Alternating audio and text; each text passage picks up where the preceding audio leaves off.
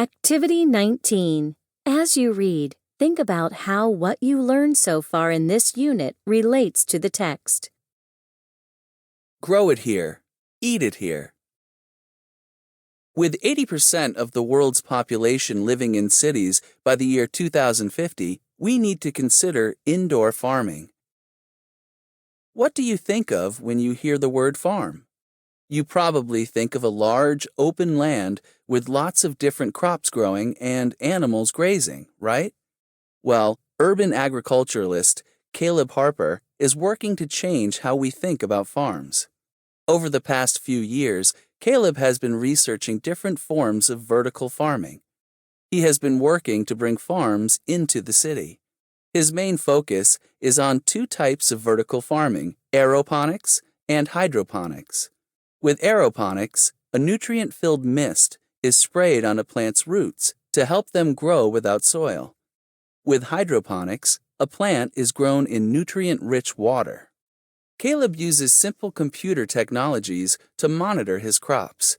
This technology allows him to control climate and provide consistent light, food, temperature, and water.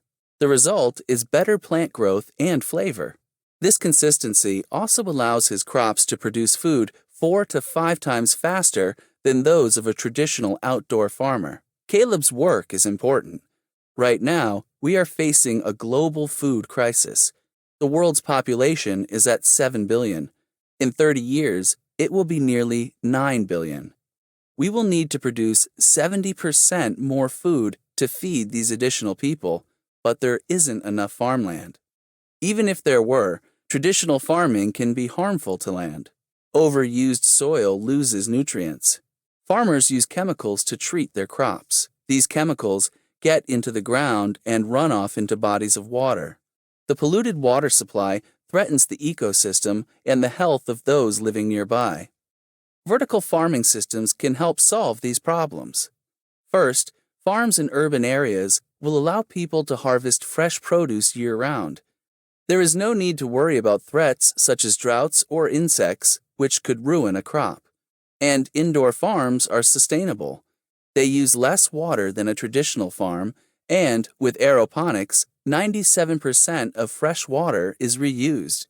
Vertical farms use less energy because they don't depend on large farming equipment and long transportation systems to carry the food from farm to city.